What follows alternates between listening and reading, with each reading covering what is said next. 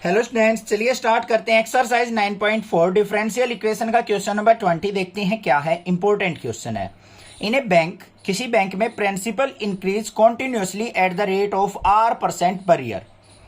किसी बैंक में जो है प्रिंसिपल जो है R% से हर साल इंक्रीज हो जाता है। Find the value of R if ₹100 double it self in 10 year. क्या कहा है? आर की वैल्यू निकालनी है, रेट आपको फाइंड आउट करना है। अगर जो 100 रुपीज है वो डबल हो जाते हैं 10 साल के अंदर। और यहाँ पे log ऑफ 2 बेस ई की वैल्यू हमें दे रखे 0.6931। ये वैल्यू जो है यूज होगी क्वेश्चन में, इसलिए उसने मेंशन कर दी। ठीक है, वैसे याद भी रख सकते हो। log 2 की वैल्यू जो होती है 0.693 होती है।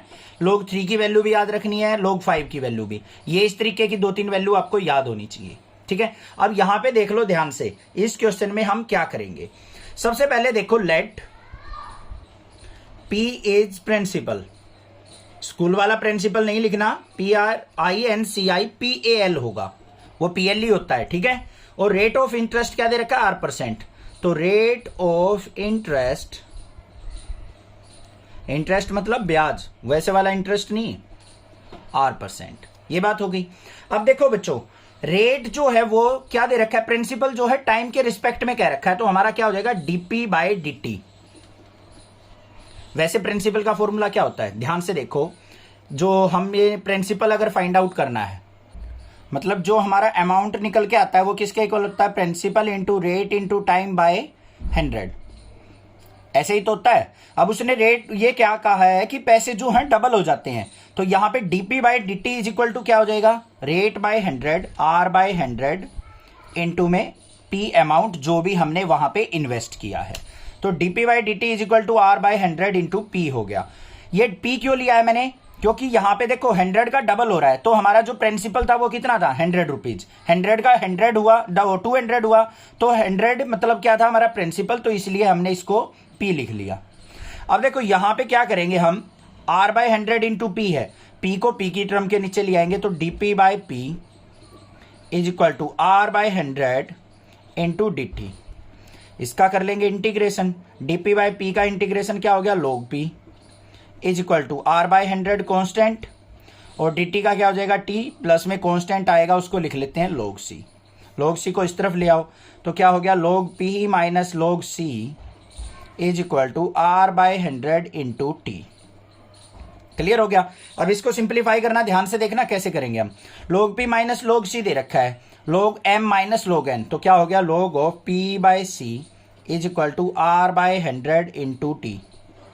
log को इस तरफ लेके जाएंगे तो p/c इज इक्वल टू ये एक्सपोनेंशियल e की पावर R/100 इंटू टी हो गया। हो गया? अब कंडीशन क्या दे रखी है उसने? स्टार्टिंग में हमें क्या दे रखा है? Find the value of R if ₹100 double. मतलब इसका मतलब 100 रुपए इन्वेस्ट किए हैं उसने। ठीक है, तो टाइम इज इक्वल टू 0 पे, time is equal to 0, starting में हमारा जो प्रिंसिपल था वो कितना था? 100 रुपीज था। सबसे पहले बैंक में कितने रुपए जमा किए गए? 100 रुपीज। तो इसके अंदर पुट कर लो, ये इक्वेशन नंबर फर्स्ट आ गई। p की वैल्यू क्या है हमारी? 100 अपॉन में c is equal to e की पावर, रेट ऑफ इंटरेस्ट से हमें कोई मतलब नहीं, R/100 इंटू t की वैल्यू क्या है? 0। तो 100/c इज इक्वल टू किसके आ गया? e की पावर 0, और किसी की भी पावर 0 क्या होती है? 1। तो 100 इज इक्वल टू क्या आ गया? 100/c इक्वल टू 1, और c इक्वल टू क्या हो गया? 100। कांस्टेंट c की वैल्यू आ गई मेरे पास, 100 आ गई। आ गई या नहीं आ गई? कोई दिक्कत नहीं होनी चाहिए। तो यहां पे इसको पुट कर लो, इसको पुट इन इक्वेशन फर्स्ट। तो यहां पे p इज इक्वल टू किसके आ जाएगा मेरा? p इक्वल टू c की इधर मल्टीप्लाई हो जाएगी, 100 इंटू e की पावर R/100 इंटू टी के इक्वल। बात समझ में आ गई? अब उसने क्या कहा है? 10 ईयर में, मतलब टाइम जब है हमारा 10 ईयर हो जाएगा, तो प्रिंसिपल हमारा कितना हो जाता है? 200, डबल हो जाता है। तो p की जगह हमने क्या पुट कर दिया? 200 इक्वल टू 100 इंटू e की पावर R/100 मल्टीप्लाई टी की वैल्यू 10। 0 से 0 कट गया, 100 2 जा, ये आ गया 2 इज इक्वल टू e की पावर R/10। e को इस तरफ लेके आएंगे तो log ऑफ 2 हो गया इज इक्वल टू R/10 हो गया। अब यहां पे log 2 की वैल्यू दे रखी है हमें, कितनी हो जाएगी? 0. कितना है? 6931 मल्टीप्लाई में ये 10 इधर आ जाएगा इक्वल टू R, तो R इज इक्वल टू क्या आ गया?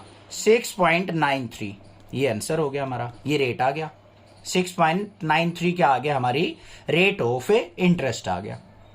बात हो गई क्लियर, समझ में आ गया क्वेश्चन? ठीक है। अब आपको एक चीज में डाउट होगा, मुझे पता है, ये वाली स्टेटमेंट कैसे बनी सर, ये एक बार दोबारा बता दो प्लीज। बताऊंगा मैं जरूर, चिंता ना करो, बट आपको सब्सक्राइब करके जाना है अगर अच्छे से समझ में आ जाता है तो। ठीक है, चलो भाई बताता हूं। देखो ध्यान से, इतने से ब्लॉक में ही समझ में आ जाएगा आपको। सबसे पहले देखो, जो सिंपल इंटरेस्ट होता है हमारा किसके इक्वल होता है, principal into rate into time by 100 होता है या नहीं होता है।